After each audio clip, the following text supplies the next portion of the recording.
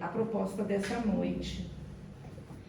E, por sinal, a proposta partiu de mim mesma, né? Fui eu que me propus a falar sobre o papel dos animais na encarnação, gente. E por que eu pensei nesse tema? Porque eu acredito que a gente, enquanto espírita, a gente precisa ficar atenta a essas questões, não só as questões humanas, mas também dos outros seres, das outras criações de Deus. Então, com o continuar aqui da palestra, vocês vão conseguir entender por que a necessidade que nós espíritas temos de pensar sobre a questão animal. Então, ali eu coloquei o papel dos animais na encarnação dos humanos, porque é um papel que a gente não tem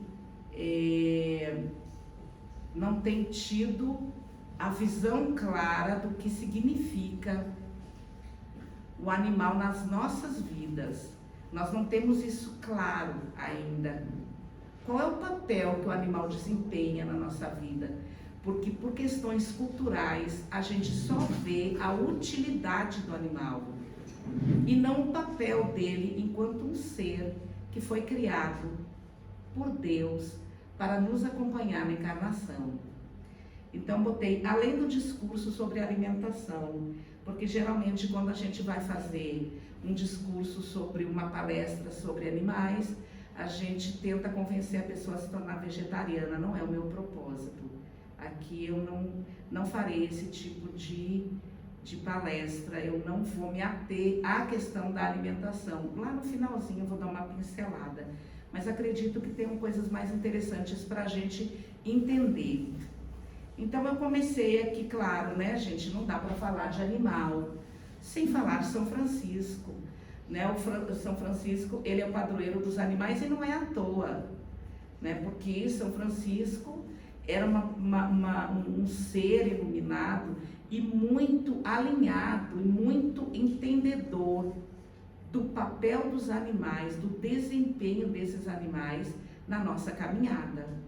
Então, ele abriu mão do dinheiro, abriu mão da vida que ele levava para se dedicar aos outros, mas também e principalmente se dedicou muito à harmonia da natureza e à comunhão com os animais. E eu usei aqui a imagem do São Francisco. Não vou contar a história dele, que eu acho que muita gente conhece, inclusive tem do Centro Espírita ali, né, Francisco de Assis. Então não vou falar sobre São Francisco, vou falar de um pensamento dele que tem me acompanhado muito nessas questões. Quando ele diz: Senhor, dai-me força para mudar o que pode ser mudado, resignação para aceitar o que não pode ser mudado, e sabedoria para distinguir uma coisa da outra, porque às vezes a gente erra, inúmeras vezes a gente erra. A gente acha que aquilo não pode ser mudado e a gente aceita resignadamente o resultado, e se a gente tivesse se esforçado mais um pouquinho, a gente teria mudado. Eu e minha prima, que está do outro lado aqui do celular, gente, lá no Rio Grande do Sul, e está aqui me ouvindo, uma vez nós resgatamos, ela me incentivou a resgatar um gatinho chamado, nós colocamos o nome de Jorginho, porque ele foi resgatado no dia de São Jorge. E ele teve uma série de problemas, ele tinha sido atropelado, levamos de noite para a clínica e tal, e eu ia visitar sempre Jorginho, até que o dia que a veterinária falou assim: eu sei que para você eutanásia é uma coisa totalmente fora de cogitação, mas o que está acontecendo com ele não é justo. Ele era selvagem, ele nunca tinha tido contato com seres humanos. Ele queria atacar qualquer ser humano que chegasse perto dele, ele tinha ferimentos graves e eles não estavam conseguindo curar os ferimentos. Então, para fazer um curativo, tinha que sedar. Ele falou: o coração dele não vai aguentar, porque ele está sendo sedado a todo instante, ele não come, ele está sofrendo demais, e não sei o que, não sei o que, não sei o que. Falou, e eu tive uma crise de choro naquela hora. Eu disse, gente, eu não acho justo. Um animal que sofreu nas ruas, que foi atropelado, que não sentiu amor, não sentiu carinho de ninguém. Aí no dia que alguém se propõe a acolhê-lo, ele tem que morrer. Eu não aceito isso. E aí eu deixei o dinheiro lá, do que eu estava devendo, eu falei, toma aqui, ó, não me conte o que você vai fazer com ele, porque eu não quero saber. Eu te proíbo de me dar qualquer notícia dele. Faça o que sua consciência mandar. E fui para casa. Passado, assim, tipo uns 2 meses, ela me ligou e disse, Gil, eu queria falar sobre Jorginho, eu sei que você não quer falar sobre Jorginho, mas eu queria. Eu falei, ó, tá bom, falem. Ela disse, Jorginho tá bem. Eu falei, eu não acredito. Ela disse, sim, depois de tudo que você falou, a gente se esforçou um pouco mais. E aí nós conseguimos medicá-lo, ele reagiu, ele melhorou, ele está no sítio do meu pai, hoje ele vive nas árvores, então a gente bota comida para ele, ele só desce à noite para comer e depois ele sobe nas árvores e fica por lá. Então, gente, eu me resignei, achando que não podia ser mudado. Ela também, mas podia ser mudado. Bastava um pouco mais de esforço. Então eu gosto muito dessa frase de São Francisco, porque ele diz, me dê sabedoria para distinguir uma coisa da outra. O que não pode ser mudado e o que pode. E isso é maravilhoso. Bom, a primeira pergunta que a gente sempre tem é essa. Os animais têm alma? Esse é o grande questionamento, é o primeiro. Né? Existe uma enormidade de pessoas que falam, não, animal não tem alma, de jeito nenhum. Como assim animal tem alma? Né? Porque é muita pretensão do ser humano ser o único ser vivo com alma em cima dessa terra, mas tudo bem. Primeiro eu queria que vocês observassem aquela primeira cena lá. Ali vocês estão vendo Dora. Eu só usei meus animais, gente, para poder falar com propriedade. Ali vocês estão vendo Dora, paraplégica, usa fralda, ela não caminha, ela só se arrasta. Ali do lado tem Pérola, que é aquela gatinha manchadinha lá de amarelo, e observe o que ela está fazendo. Ela está tirando grãozinhos de ração do prato que é dela, para não tirar a irmã paraplégica do prato que é dela. Porque o prato de Dora era outro, não era esse. Mas Dora largou o prato dela e foi lá comer o prato da irmã. E eu fiquei observando porque eu sou uma grande observadora de animais. Então, quando me perguntam, os animais têm alma? E lá no livro dos Espíritos, né, na pergunta 597, pois que os animais possuem uma inteligência que lhes faculta certa liberdade de ação, haverá neles algum princípio independente da matéria? Há, e que sobrevive ao corpo. Isso significa o quê? Que para ter alma tem que ter um princípio inteligente. E se o animal tem um princípio inteligente dentro de si, ele tem alma sim. Os animais têm alma sim. O cachorro tem alma, o gato tem alma, a galinha tem alma, o boi tem alma. Eles são animais que têm um corpo físico e têm uma alma. A prova da inteligência e da empatia está ali. Ela poderia bater na irmã, porque é paraplégica, e pegar a ração dela. Mas ela foi tão empática naquele momento que ela se recusou a tirar a irmã e ela puxa com a patinha os grãos de ração, mas ela não tirou a outra do local. Isso é o quê? Se isso não for inteligência, se isso não for amor, se isso não for empatia, eu não sei o que é. A outra, a Nina, que é uma Yorkshire que eu trouxe do Rio Grande do Sul quando era da minha mãe, né? Numa ocasião, ela fez xixi na porta do banheiro do Bal, que não veio hoje, acho que já sabendo que eu ia falar mal dele. E ele pegou e colocou ela de castigo na cestinha dela.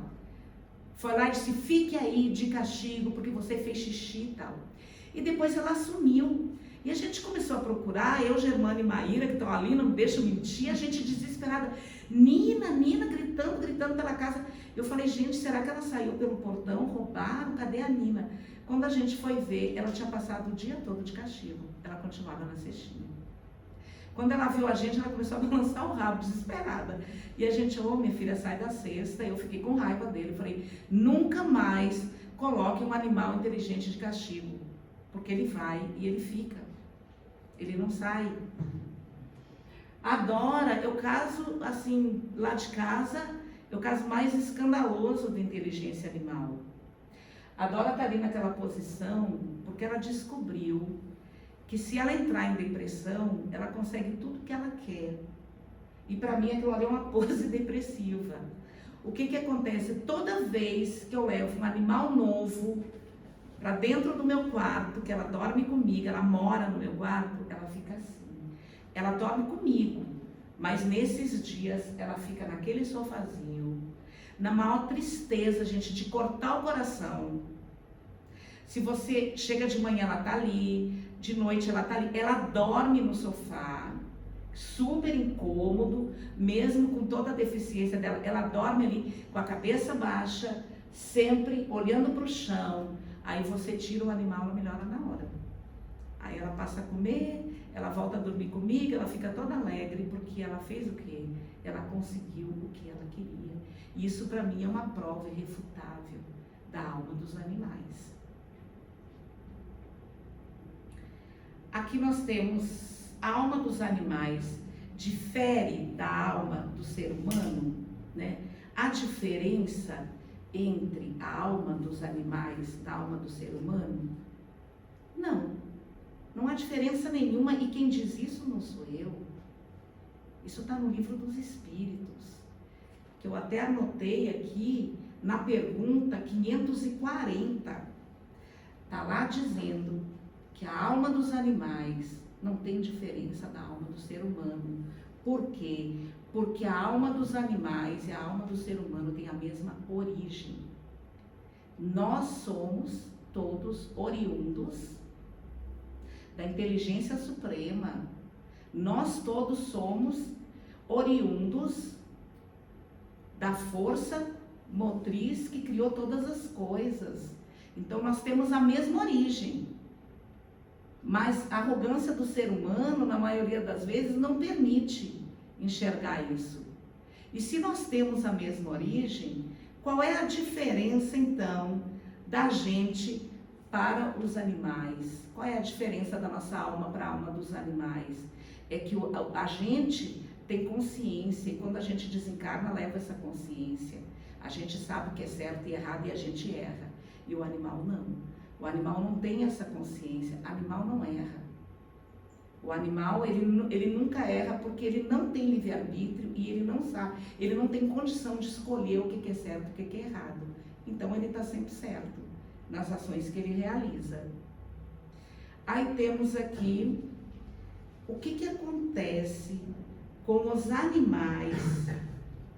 Sim, antes disso, gente, tem uma frase aqui de Chico Xavier que diz assim: nós, seres humanos, estamos na natureza para auxiliar o progresso dos animais, na mesma proporção que eles estão para nos auxiliar. Portanto, quem maltrata um animal é alguém que não aprendeu a amar. E aí vem essa questão: o que acontece com os animais ao desencarnarem? Para onde eles vão? O que acontece com eles?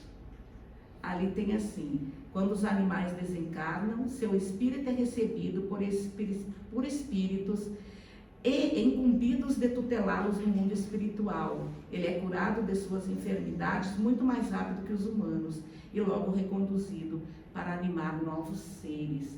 Mais ou menos o que acontece com a gente, só que com a gente é lentamente. Por quê? Porque a gente erra, porque a gente precisa espiar uma série de coisas, porque a gente precisa de reforma, a gente fica um período na erraticidade, que é aquele período necessário entre uma encarnação ou outra, e os animais, como são almas puras, não precisam. Ali eu tenho exemplos do que acontece com o animal quando ele desencarna. Inicialmente, eles ficam conosco. O animal, ele não parte logo. Ele fica conosco quando ele é muito amado, ele ainda fica ali, nos amando. tentando diminuir a nossa dor. E só depois eles partem. Então nós temos provas aqui vivas sobre isso. Ali nós temos na primeira foto aquele cachorrinho marrom. Ele foi adotado na época que eu cuidava de um primo que tinha câncer no Rio Grande do Sul. E botei o nome dele de Anjinho, porque ele foi um anjo naquela época. Ele acompanhou Joel durante todo o período das quimioterapias e de todo o sofrimento que ele passou pelo câncer.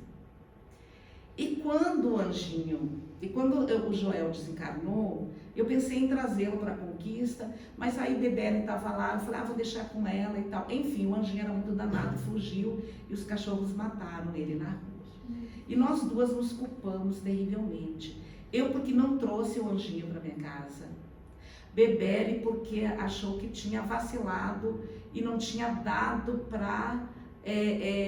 não tinha tido condição de cuidar do Anjinho e que tinha deixado ele morrer. Então, durante um tempo a gente sofreu por isso. Até o dia que meu primo esteve comigo na minha casa, o espírito dele veio e disse, não chora, ele está bem. Tudo aconteceu do jeito que tinha que acontecer. Vocês não têm por que se culpar. Então, nesse dia foi libertador para mim, porque eu vivia presa na imagem de ter prejudicado um animal. Porque eu não tinha trazido e tinha delegado a responsabilidade que era minha para uma outra pessoa. Achei até que era meio punição, assim. Eu deleguei a algo que era eu que deveria fazer e agora aconteceu isso, fui punida, quando não tinha nada a ver. O segundo ali é um gato chamado Boris, que tem um irmão chamado Benjamin. Esse aí já desencarnou. Então, no dia que ele desencarnou, ele quebrou a perna e ele fez a cirurgia e morreu em consequência disso. E eu fiquei muito triste, eu chorei muito com o desencarno do Boris. Eu me senti culpada de novo. Por que eu não amputei? Bebele me deu esse conselho, não foi, Bebele? Por que eu não amputei a perninha dele, como ela falou, fui fazer cirurgia, aí saiu um coágulo e foi até o pulmão e ele acabou morrendo disso. E eu fiquei me sentindo muito culpada. E chorei o dia todo. Ele morreu de manhã, e eu me deitei assim e chorei o dia inteiro. E aí me deu uma cólica renal. Eu fiz muito esforço, fiquei muito nervosa e a cólica renal apertou. E aí de noite eu fechei o quarto todo, eu falei, eu vou dormir. Aí quando eu olhei o gato preto, eu pensei, Benjamin tá aqui, né? Deve ser porque o irmão morreu. Porque Benjamin, ele tem um problema sério de ficar preso, né? Maíra e Germano sabem que quando a gente começa a fechar a casa, o olho dele já vai arregalando. Quando você fecha a última janela, ele começa a miar e ele quer sair, ele não fica preso. É o único que não gosta. Então, eu falei assim, Benjamin entrou no quarto, ele vai me incomodar, depois para sair, mas deixa aqui, pobrezinho. E aí fechei o quarto todo, tranquei a porta de chave, fechei as janelas. E aí ele veio e eu tava com muita cólica renal, mas muita mesmo, eu tava me sentindo muito mal, muito enjoada, com muita dor. Então ele veio e deitou em cima do meu rim. Pensei em tirar, no começo me incomodou, depois começou a aliviar. Meu rim foi esquentando, o calor dele foi esquentando meu rim. E aí a dor passou e eu dormi. No dia seguinte eu falei, meu Deus, Benjamin deve ter feito xixi, cocô, tudo dentro do meu quarto, né? Então vou botar ele pra fora, coitado, que deve estar ansioso para sair. Quando eu procurei Benjamin, cadê Benjamin? Não estava dentro do meu quarto. Ninguém entrou no meu quarto, ninguém abriu a porta, ninguém abriu a janela. Então, era quem? Era Boris, o gato que tinha desencarnado naquela manhã. Ele, antes de ir embora, ele ainda me ajudou na minha dor renal. E a gente sabe que os gatos, eles absorvem a energia negativa da gente, que para eles faz bem. O que faz mal para a gente, energeticamente, para o gato faz bem. Por isso que quando a gente tem uma dor, um mal-estar, um órgão doente, o gato deita em cima daquele órgão, a gente resiste e deixa ele ficar ali. Enquanto o cachorro é fiel, é amoroso, o gato tem esta propriedade de transmutar as nossas energias negativas. E isso é uma competência que só os felinos têm, e é maravilhoso. Aquele outro animal ali, o cachorro, é Athos. Athos foi um dos responsáveis por eu me tornar mais séria na questão de ser vegetariana. Athos, ele é aquele cachorro que não incomodava em nada, era um cachorrão grande, assim, um pastor negro, e ele ficava no quintal, ele não incomodava, ele não rasgava nada, não cavava buraco, enfim, ele era aquele animal que, se você fizesse festa, ele fazia festa para você, se você não fizesse festinha, ele também não se importava e não gostava de sair, ele detestava ir à rua. Então um dia eu estava dormindo e a mãe dele, que também eu criei e que já havia desencarnado, a mãe dele subiu na minha cama em sonho, me olhou e me transmitiu um pensamento: você não cuida do meu filho como você cuidou de mim. Gente, eu acordei e não consegui dormir mais. Aí comecei a pensar, não, eu sou relapsa com ele toma pouco banho, eu nunca levei para fazer um check-up, porque ele nunca adoeceu, e não sei o que. Aí comecei a me culpar. Assim que o dia amanheceu, eu corri lá fora, e comecei a olhar para ele, e aí eu percebi que ele estava com tumor de testículo. Eu não tinha notado. Eu comecei a examinar todo ele, para ver se eu estava sendo vigilante, e eu não estava. Então eu não fui vigilante com ele estava com câncer, que já tinha metástase, e ele ficou 30 dias, ele caiu logo depois, não andou mais, e eu fiquei 30 dias dormindo com ele na área de serviço. E toda vez que eu levantava para fazer alguma coisa, ele chorava. Então conversei com a minha ginecologista, expliquei a situação para ela, não menti, ela me deu um atestado para eu não, nessa época eu trabalhava na escola normal, ela me deu um atestado médico para eu não ir trabalhar, porque ela compreendeu aquela situação. E eu fiquei 30 dias vigilante do lado dele, justamente porque eu tinha sido muito relapsa com a saúde dele. E agora eu queria compensá-lo de alguma forma. Então, dei muito amor, dei muito carinho, e ele desencarnou muito tranquilo, muito suave. A outra, a Luana desencarnou de uma forma que ela é um desencarne recente, não vou nem falar, para não chorar. E aí eu, Germana e Maíra ficamos vendo a Luana durante algum tempo, dentro de casa. De vez em quando a gente via na cozinha, a gente via no quarto, nos lugares que ela costumava ficar. Ela demorou um tempo para sair, porque ela sabe que a gente sofreu muito com o que aconteceu com ela. Então ela se despediu da gente aos poucos. E essa calopsita que também caiu na minha mão por acaso, gente, eu nunca comprei um animal. Vocês estão vendo cachorros de raça, eu nunca comprei um. Ele sempre vem na minha mão de uma forma muito estranha.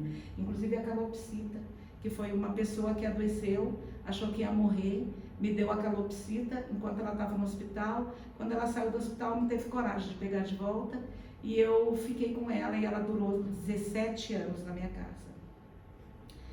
Porque eu não gosto de passarinho assim, eu gosto de passarinho na natureza. Mas ela foi criada em cativeiro, tudo, ela não tinha nenhum problema com isso. Ela dava pequenos voos dentro de casa e ela vivia ali conosco. E todos os gatos a respeitavam. Nunca teve problema com os meus gatos. E quando ela desencarnou pela idade, ela já estava bem velhinha, nós também ficamos vendo ela. Durante um tempo, não foi, meninos? A gente ouvia o gritinho dela e a gente via na escada, nos lugares assim que a gente costumava ver, ela estava lá. E aí eu entendi que ela também, para não nos chocar, ela se despediu muito lentamente de nós, enquanto a gente se preparava, porque apesar da idade, eu era uma daquelas que não estava preparada, né, para a despedida dela. Então, aqui na pergunta do Livro dos Espíritos, na questão 600, tem assim: a alma do animal, depois da morte, é classificada pelos espíritos a quem incumbe essa tarefa e utilizado quase que imediatamente. Gente, existem espíritos que acolhem os nossos animais. Eles acolhem os nossos animais, que coisa linda. Eu descobri isso recentemente, que tem espíritos preparados para acolher os nossos animais e cuidam deles, e cuidam das feridas, e cuidam deles do jeito que a gente cuidava e depois encaminham para a reencarnação. E isso é maravilhoso. Isso me deu um conforto que vocês não têm ideia. Bom, aí tem aqui, tem um zoólogo, sociólogo austríaco chamado Konrad Lorenz, que ele nasceu em 1903 e foi ele também o pai da etologia, que é a ciência que estuda o comportamento animal. Há notícias do mundo espiritual que ele é um desses anjos, porque animais têm anjos protetores. Então, é um desses anjos que fica lá recebendo os animais, cuidando, protegendo, encaminhando para a reencarnação, que é um ato muito rápido. Bom, e aí o próximo questionamento é: os animais reencarnam? Sim, os animais reencarnam. E aí, e qual é a finalidade da reencarnação para os animais? Conforme os espíritos da codificação, a finalidade é sempre a oportunidade de progresso. Enquanto nós reencarnamos para evoluir, mas também para consertar os nossos erros, o animal só reencarna para evoluir e mais nada, porque animal não erra, né?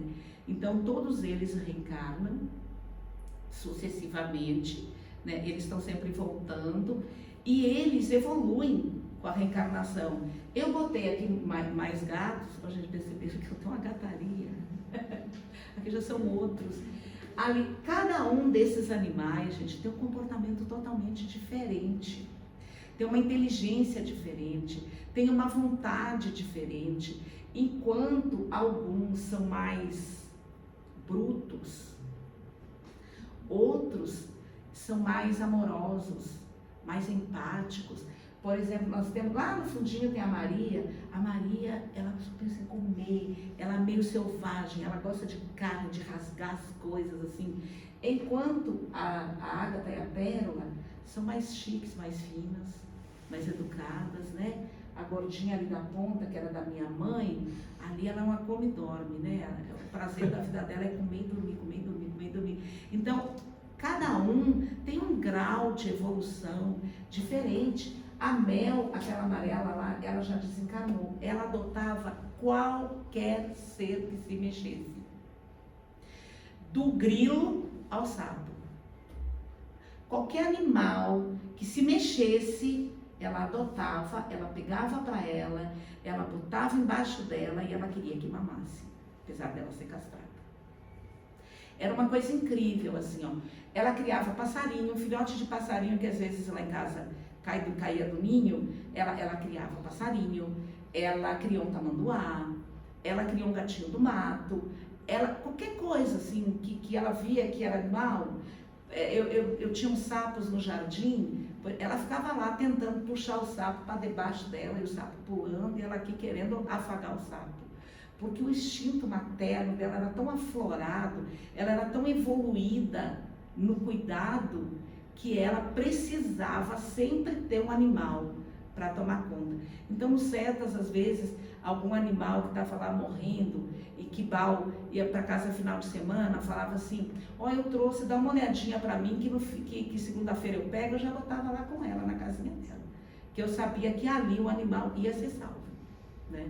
Que ela ia cuidar. Então, são graus diferentes de evolução, são provas, né, de como os animais evoluem e cada um no seu ritmo, assim como nós.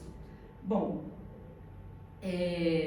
assim, aí aqui teve até uma matéria no jornal, no estado de São Paulo, escrito Lato Logo Existo, de 2012, que eles falam que os cientistas conseguiram provar que o cérebro do animal é muito semelhante ao cérebro do ser humano e que eles sentem prazer, medo, dor, piedade, todos os sentimentos que a gente tem, o animal tem, em menor ou maior medida, mas eles têm os mesmos sentimentos que nós.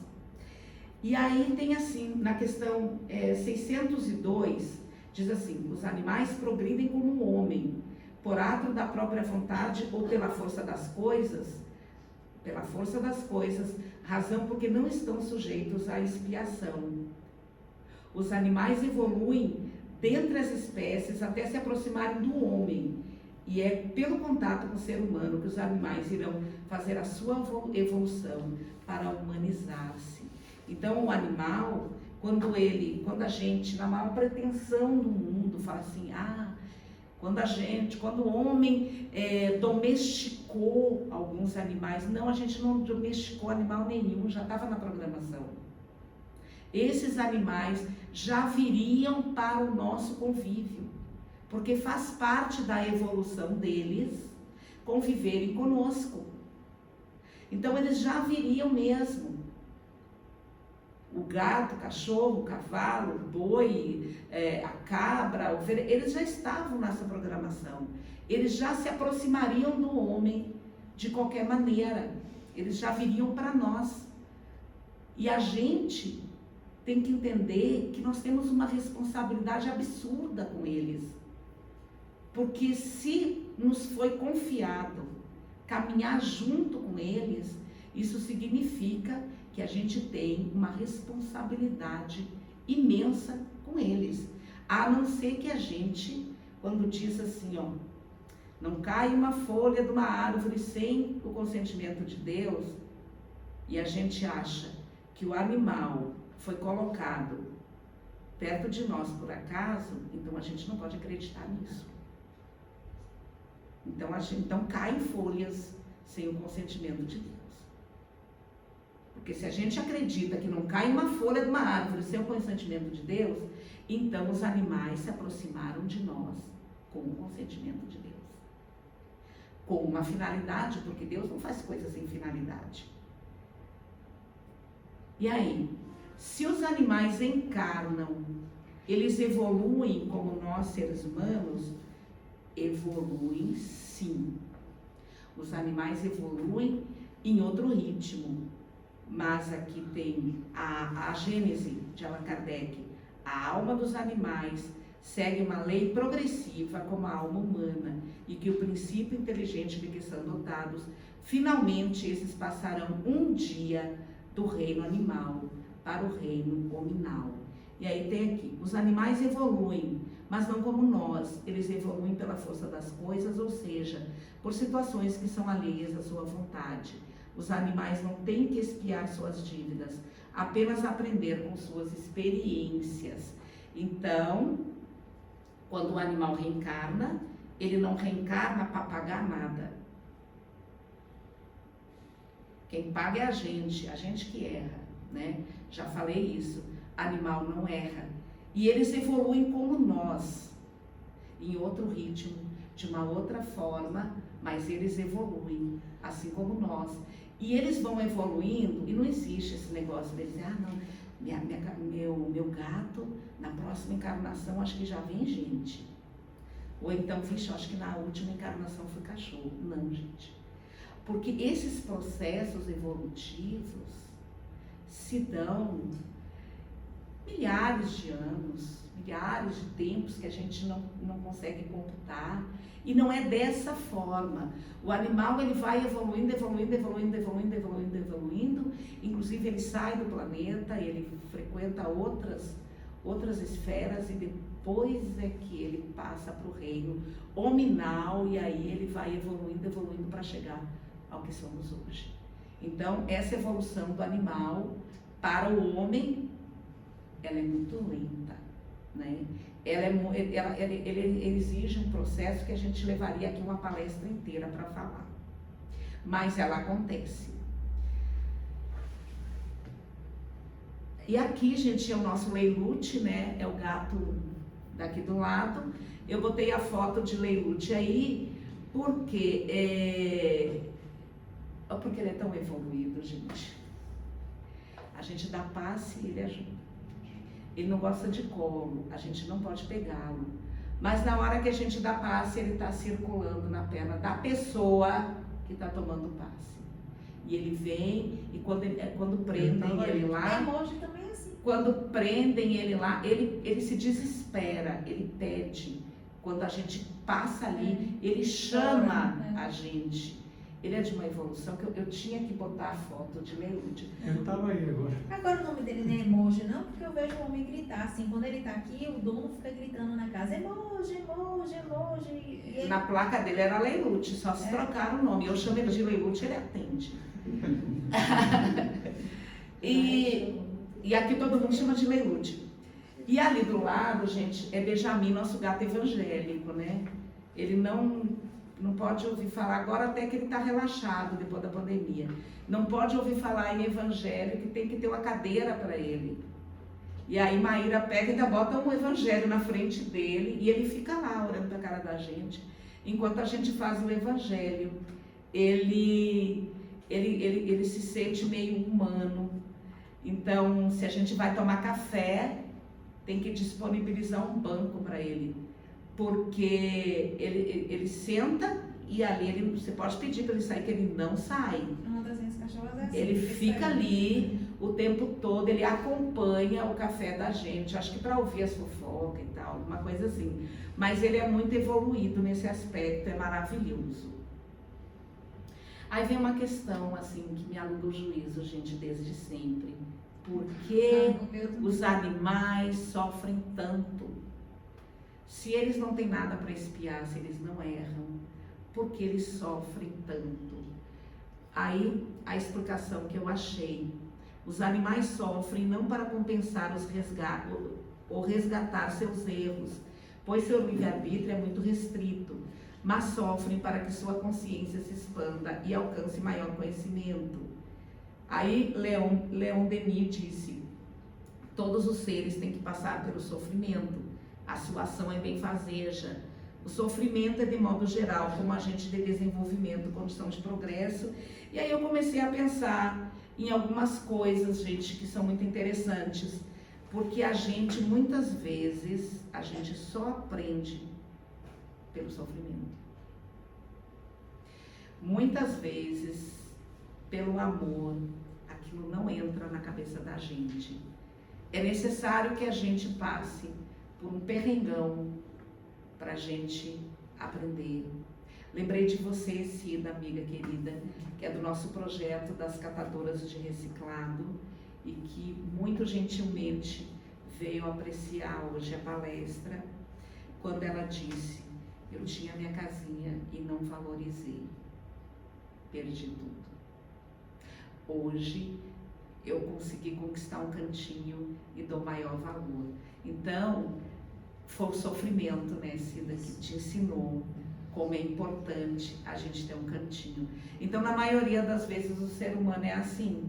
Vai pelo amor, nada. Daqui a pouco ele passa por um grande sofrimento e aí ele aprende. E só assim eu consigo entender por que, por exemplo, aquele saruê que era nosso e que a gente chamava de segredo, porque a gente não contava para ninguém com medo de alguém expulsar o saruê de lá.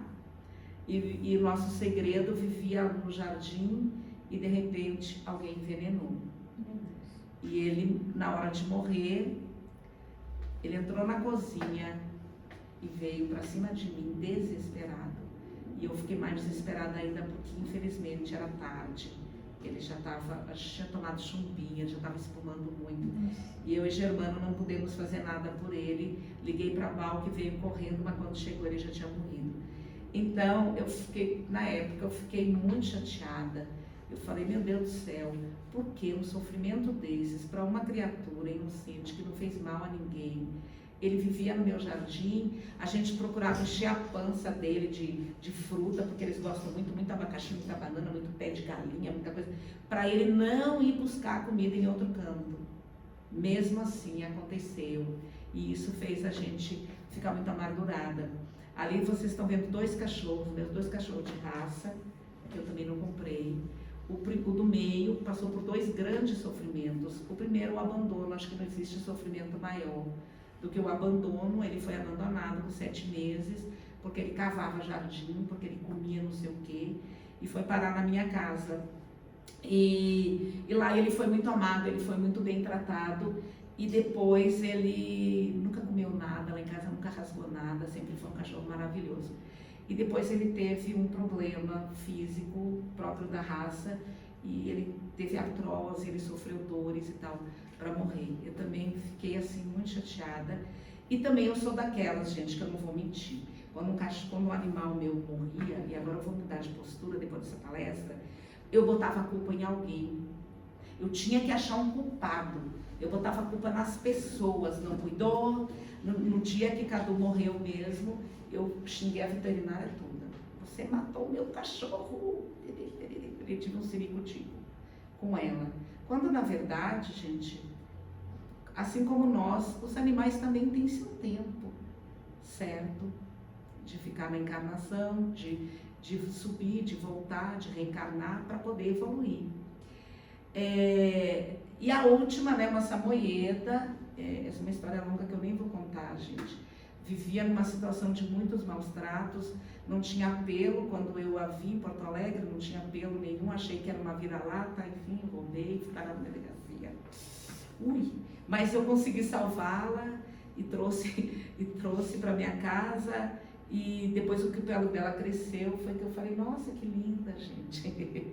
Mas já estava comigo, e hoje ela é uma cadela feliz, mas ela demorou muito tempo para confiar no ser humano.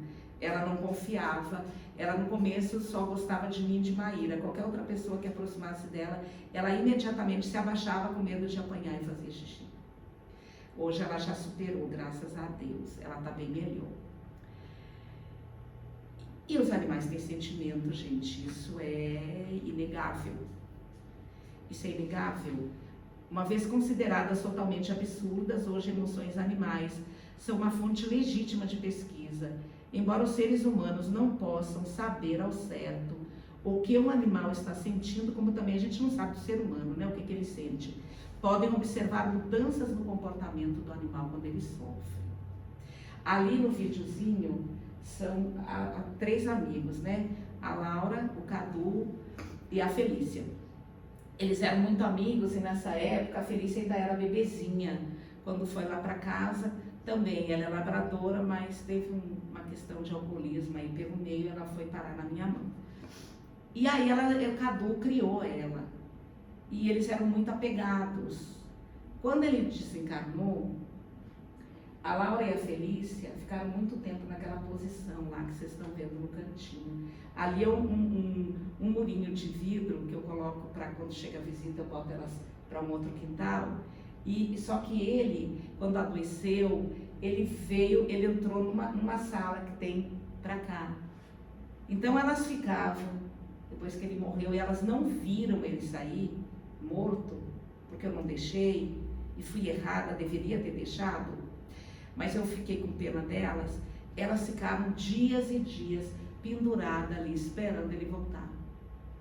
E foi de cortar o coração, pararam de comer, a gente fez de tudo, eu, Maíra, Germano, a gente pegava no colo, fazia carinho. A gente estava sofrendo, mas tentava diminuir o sofrimento delas. E a Felícia ficava naquela posição ali, o tempo todo olhando para o nada, abaixadinha. Acho que quando ela percebeu que ele não ia mais voltar, aí então ela viveu o luto dela, que durou um bom tempo, assim. Acho que tem ser humano que não passa por um luto tão longo quanto o da Felícia. E a gente sofreu junto com ela nesse período, mas graças a Deus hoje ela já está recuperada. E aí a outra pergunta, qual a consequência para as pessoas que maltratam os animais na espiritualidade? Essa é a Babi, foi uma cadelinha resgatada no lixão, ela não andava, ela se arrastava, fiz cadeirinha de rodas, dormia com o Germano, teve todo o conforto do mundo, a gente investiu todo o nosso amor nela. No dia que ela andou, que ela correu para o jardim, alguém jogou um negócio envenenado. Ela morreu envenenada.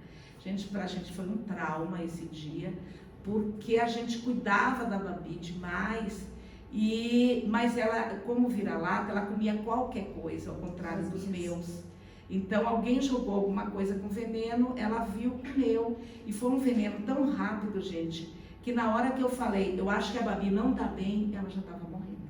Não deu tempo de fazer nada por ela. Germano ficou com trauma, chorou horrores, todo mundo chorou. Foi assim, incompreensível a morte dela. Se formos agressores, teremos a oportunidade de encontrar situações de nos redimir do mal que lhe fizemos e somente então prosseguiremos com nossa carreira evolutiva. Não por castigo, porque Deus não castiga ninguém, mas por misericórdia divina, que sempre dá oportunidade ao faltoso de expiar seu erro e aprender com ele. Plantou, vai colher, né, gente?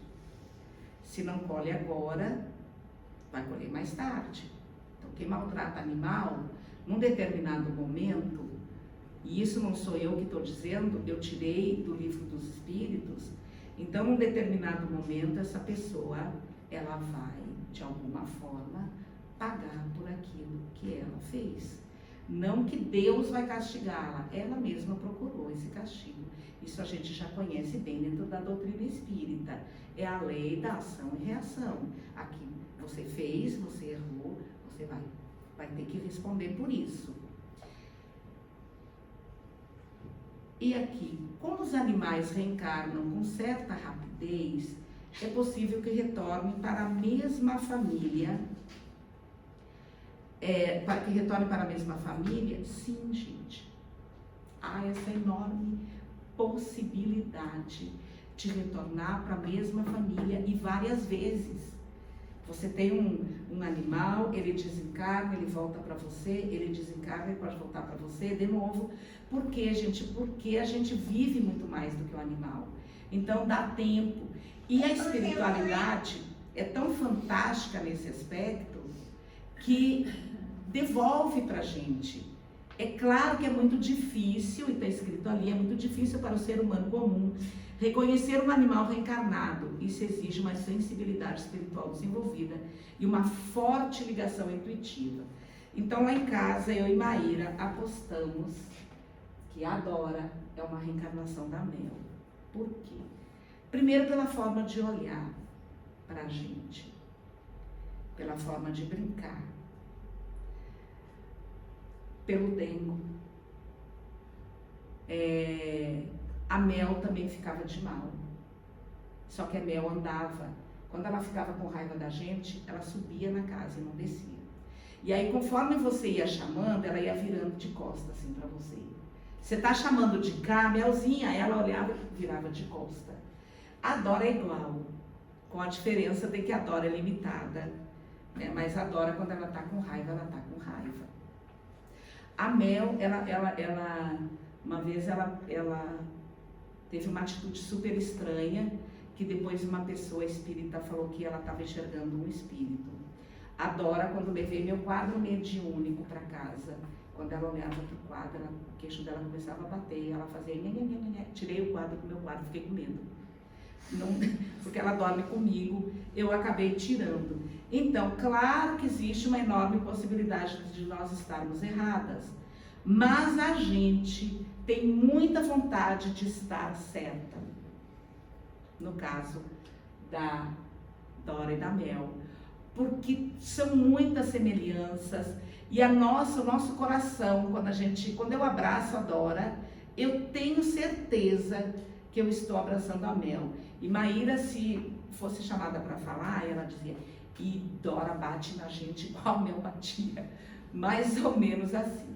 Quando a Dora está chateada com alguma coisa, ela bate na gente, ela soca a gente. A Mel também fazia isso, né? Ela também socava a gente quando ela estava com raiva, tipo assim, volta menina, apruma na vida. Então, a gente trabalha muito com essa questão de que elas são o mesmo espírito. E eu botei na cabeça e agora para tirar, gente, vai ser difícil. Bom, aí aqui, se os animais evoluem, eles um dia se tornarão humanos. Lá na Gênesis diz o seguinte, a alma dos animais segue uma lei progressiva como a alma humana e que o princípio inteligente de que são dotados, finalmente esses passarão um dia do reino animal para o reino hominal. Mas naquele processo que eu falei, demorado, com muitas nuances, né? Demora, mas acontece. Uma hora acontece, não que a gente vai ver. A gente não vai ter esse tempo, assim, nessa encarnação, por exemplo. Não tem como, mas acontece. poderia encarnar num animal o espírito que animou o corpo do homem, porque a gente sabe que tem religiões que pregam que o homem pode encarnar no animal. O espiritismo não aceita isso, porque seria um retrocesso. E a gente trabalha sempre com a lei do progresso. Não que seja pejorativo você reencarnar num animal, não é isso. É porque se você pensar em termos de evolução, o animal ele evolui para chegar no reino nominal. Então, a gente nunca é pior numa encarnação do que foi na encarnação seguinte. Nessa encarnação, eu sou melhor do que eu fui na encarnação passada. Isso é óbvio, eu posso ser igual. Pior não tem como ser, porque seria um retrocesso. Eu não posso desaprender aquilo que eu já aprendi. Então, se você reencarnar no corpo de um animal, é complicado você pensar isso, né? Porque seria um retrocesso realmente. Você voltaria a não ter livre-arbítrio, por exemplo, a ter uma consciência muito limitadinha, né? Então, não existe isso. Ali, gente, dá vontade da gente pensar, né? Que tem um ser humano encarnado ali pelas atitudes. A Dora, ela é louca por um sapato, ela é alucinada por um sapato. Ela deitou em cima do meu sapato, e aí eu falei assim, Dora, eu vou pegando esse aqui, depois eu pego o outro. Quando eu falei, vou pegando esse aqui, ela pegou o outro. Eu falei, não, tem que tirar uma foto disso, gente. Porque ela foi muito rápida, assim, ó, para pegar o outro sapato também. Quando você bota uma bolsa na cama, ela segura como se fosse uma pessoa, né? E como se ela fosse ser assaltada naquela hora. Quando minha mãe era encarnada, né, ela carregava a bolsa exatamente assim, grudada na bolsa. Eu falei, oh, gente, parece minha mãe segurando a bolsa. Então, esse registro eu tinha que trazer, porque esse registro aparece até mais leve. Existe um planejamento reencarnatório para os animais? Existe, gente. Existe um planejamento reencarnatório para os animais? Sim. Eles não vêm aleatoriamente para a encarnação, não. O Espírito da Verdade disse que os animais não são simples máquinas, por isso são tratados de modo especial. Então, há um planejamento, nenhum animal nasce por acaso, né? Então, a gente tem que ter muito cuidado quando despejam os filhotinhos no lixo, como se eles não valessem nada, só porque são filhotinhos, acabaram de nascer. Virou moda agora, jogarem animalzinho que acabou de nascer, bota no saco de lixo, amarra e bota fora, né? Aí você está rompendo uma programação reencarnatória ali daqueles animais. O orgulho fez o homem dizer que todos os animais foram criados em sua intenção e para suas necessidades. Oh, gente, é tão triste isso. Por quê? Porque assim, gente, eu botei ali, ó, animais úteis. A gente pensa no animal, mas a gente só pensa na utilidade do animal que a gente convencionou culturalmente. A gente não pensa no animal como companheiro de caminhada na encarnação. Quando você pensa na vaca, você já pensa no couro, no leite, na carne. Quando você pensa no cavalo, você pensa em montar. Você ama seu cavalo, é como se fosse seu irmão, mas na hora de botar o bundão em cima do lombo dele, você vai, entendeu? Aí quem disse que ele tem essa obrigação de te carregar carroça? Por que cachorro grande tem que tomar conta da casa? Quem tem que tomar conta da casa é a gente, não é o cachorro. Nós é que temos que tomar conta do nosso lar. O máximo que o cachorro tem que tomar conta é do osso que você deu para ele. Por que gato tem que caçar rato? Se não caça rato, não presta para nada, né? Por que os animais têm que ter uma utilidade prática a serviço do ser humano? É muita arrogância do ser humano. É muita pretensão dele achar que os animais foram criados à sua disposição para ele usufruir do jeito que ele acha melhor, né? A gente se sente muito à vontade de tomar leite, mesmo sabendo que para a gente tomar o leite, uma mãezinha que acabou de parir teve seu filhote afastado para poder tirar o leite, senão não tem leite. É assim que a gente toma leite, né? Então são coisas que a gente tem que passar a refletir. Eu peguei essa tarefinha de um segundo ano de escolinha e botei aqui, olha, animais úteis, é tudo que a gente pode usufruir do animal. Numa pescaria, gente, a gente tira um peixe de dentro d'água e ele morre à míngua, pulando, se debatendo, sem conseguir respirar, ele morre asfixiado. E a gente se sente muito à vontade de depois limpar, tirar a escama e comer. Mas aí a gente está esquecendo, gente, de uma coisa que é muito interessante. Nós estamos, neste momento, passando por uma transição planetária. Eu escrevi isso em algum lugar, mas não achei, então vou falar. Nós estamos passando por uma transição planetária. E nesse período de transformação planetária, em que a Terra deixa de ser um orbe de provas e expiações para se transformar em um educandário baseado na regeneração, é a energia do amor que tem que estar presente. E o que a gente tem feito por essa energia do amor? Cadê a nossa comunhão com as criações divinas? Com o homem, com o animal e com a natureza? Precisamos entender que somos agentes de transformação social. Nós estamos encarnados nesse planeta para colaborar com uma transição, né, com a construção de um reino de amor e paz. Nós fomos escolhidos.